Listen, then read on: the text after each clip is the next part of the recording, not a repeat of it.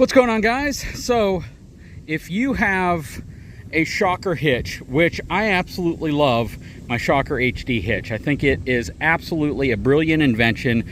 It definitely mitigates some shock from the truck to the trailer, trailer to the truck, makes for a smoother ride. But the one thing I got to be completely honest and clear about, now that I've used this for an extended amount of time, is that it adds additional time to your setup process, mainly because you have to add air. Now, I recently saw that they revealed a product that actually acts as a license plate frame, and it has an air compressor built into it, which is really cool. So you have air at the back, but you still have to get everything connected and you still have to add air. Now, I know that this is really nitpicky and there's gonna be a lot of folks that are like, so what, add air. As an individual task, it's not that difficult. It doesn't take very long.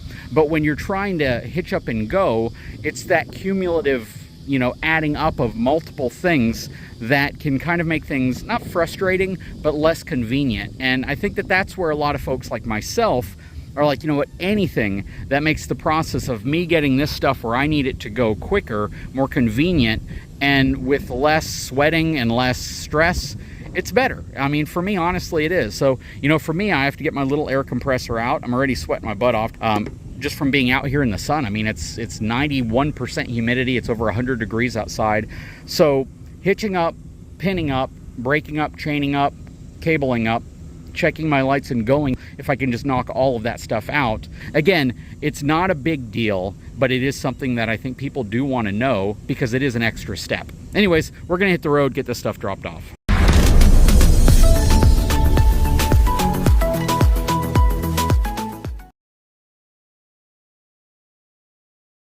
So one of the things that I don't like doing on a Saturday morning is fixing things that I shouldn't really have to fix.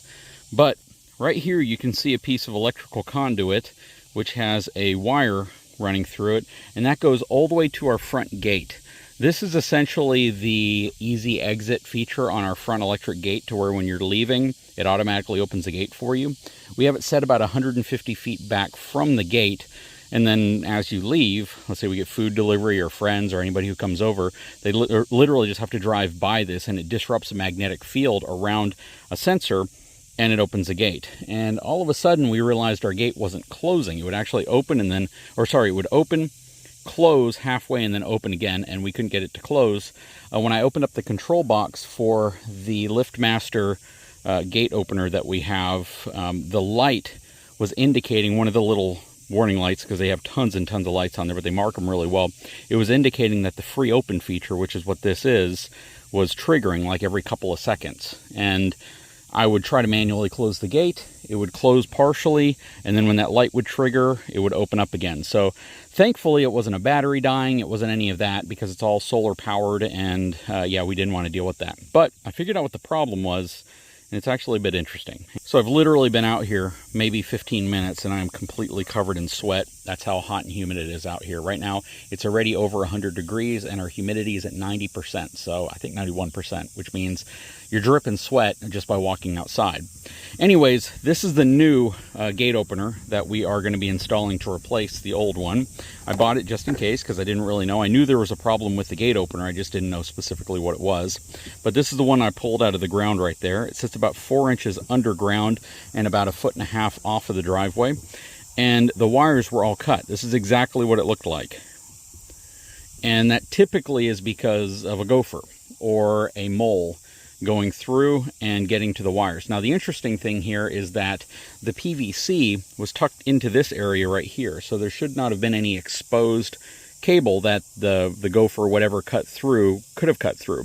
But I think what's happened is, over time, because this is predominantly sandy loam, which is essentially sand, vibrations have moved this thing out slightly and separated it from the PVC, or the PVC has kind of retracted itself in and pulled itself away from this. So I think there was some exposed wire. It looks like probably 4 inches or so of exposed wire, and yeah, gopher or mole or something got to it, because again, this is not what it's supposed to look like. It's interesting because all the wires are essentially almost prepped for splices, and I thought about putting this one back in just to see if it would work, which I could probably do.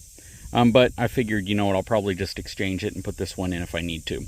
That said, though, you know what, if this one still works, and, you know, there's no reason why I think it shouldn't, these are pretty dang well reviewed. CARTELL is probably the brand that most people would go to if they're getting one of these gate openers for either a residential or commercial application.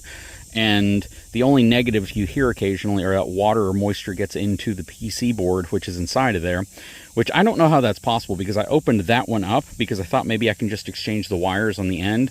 And that thing is completely epoxy sealed. I mean, they poured epoxy on top of it, so you can't even access the board if you wanted to. It is completely covered in epoxy, which protects it from moisture and just about anything else that could get in here. And that's not an opening, that's actually a seal right there. So we're going to go ahead and get this one prepped to go. I'm going to strip the wires off. I've heard of a few people who have said a couple of years after getting one of these, they start to fail or they start to have problems. I mean, I just didn't want to deal with that. I don't want to deal with that. So we're going to discard of this one and go ahead and put the brand new one in and probably get another 4 years out of it, hopefully. Just got to strip the wires, resplice it into place, seal it up, heat shrink it, and wrap it in electrical tape, then get the conduit back in place. So that's what I plan on doing. Okay, so I've already attached my splices and I've heat shrunk them in place. So we just have to do the same to the other side. Then I'm going to use some 3M electrical tape to wrap everything up really well and put it back inside of that PVC tube, which I hope everything will fit inside of. Might actually run into a problem there, but we'll tackle that bridge when we get there. Okay, so we have everything spliced up, put back in place, and I think we will be able to fit it inside of that conduit. A bit tight, but hopefully we can feed it enough in that we can get this piece mounted back to the end here so we can bury it right where it used to be. So we're going to try to do that. Again, it looks like it's going to fit in there. You just have to kind of worm it back in so it can mate up against that. If not, I'll have to put another piece of maybe rubber hose or something around this to protect it all the way up to that, which is always a possibility. I mean, a big thick rubber hose probably isn't going to get chewed through. So we're going to see if we can feed that back in, and if we can, it'll definitely save us some time, and it will probably fit a little better. But I can already tell you I'm having a bit of a hard time trying to feed that back through. So I'm going to go hunt me down some thick rubber hose to see if I can use that instead.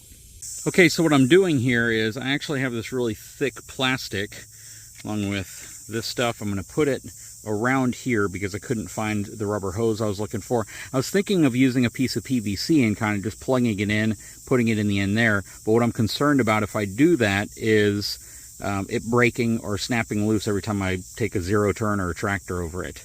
Well, the fire ants decided to come out just now. Are all going crazy. But yeah, so what I'm going to do here actually is a little bit different than what I had originally planned. And we're going to just try to wrap the end of that, seal it up real well, and then hopefully that'll give us a little flexibility down there as well if it needs to move or shift a little bit. Okay, so we have this thing wrapped up pretty dang well. I have the actual cable that is heat shrunk and spliced, wrapped up with electrical tape, and then I followed it up with a loom that is completely wrapped in electrical tape multiple times, and now I've followed it up with a piece of plastic or rubber that's pretty thick. I shaved this little piece off that's wrapped around it, which is also wrapped in electrical tape multiple times. So I don't think we have really any risk of this breaking off, opening up, or anything. If it does, again, there's multiple layers in there. And we can now rebury this, but before I do that, I want to go over to the control box and make sure it's actually working. Okay, so I'm at the front gate now. I just have to remove the panels off of here so I can reconnect the wire to see if that's going to work for us. So we'll get everything taken off and get everything reconnected, see if the new sensor works. Okay, so I have the wire reconnected. Just went back and tapped the sensor to make sure that it works, and it does. So now we are back in business. The gate's open, and it'll start closing here on its own. But that board in there is incredibly complex, but what's really convenient about it is they put lights on everything. So if something's not working, it's flashing at you and it's letting you know where something may be occurring. It also gives you a warning code on the screen, and you can see specifically what the issue may be. At first I thought it was a low battery issue, but then found out that it wasn't, because I wasn't getting a low battery error light. I was getting sensor blocked, which means that the problem we were having was definitely with either the entry sensors or the exit sensor, which thankfully we were able to fix that. And again, you know, it's definitely worth checking the lights inside to see what might be happening. Okay, so we partially buried it. I'm going to go get some more dirt. I don't know if you can tell, but it's about 4 inches underground at this point.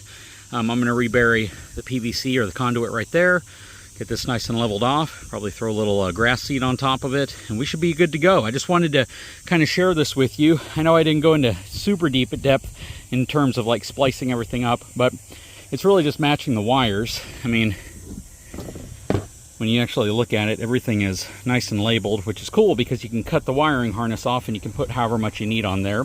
It's working perfectly fine now. It's doing exactly what we want it to do. The gate just closed, and if I tap on it or drive the golf cart by it, it's going to try to open up again. And that is really, really cool. Again, you got to put it pretty far back. So we have ours about 150 feet back from the gate, and it takes a pretty large object like a car, vehicle, golf cart, lawnmower, something like that, to drive really close to it. And then once it does that, it disrupts the field and lets the gate open up. But that's going to be it for this video. Just wanted to share a repair, typical thing that we have to do out here. Got to monitor stuff and make sure that that it's not all getting chewed up. I assume it was a gopher. I assume it could have been a mole. I'm not exactly sure. It could have just been over time, you know, the thing working loose and eventually just kind of, you know, cutting and fraying in that area. But we have it fixed up, and hopefully this is going to be a permanent fix, but we'll see. Anyways, guys, sure hope you enjoyed the video. If you haven't had a chance, please take a moment, subscribe to the channel, give me a thumbs up. We'll talk to you again very soon, hopefully with not another repair like this.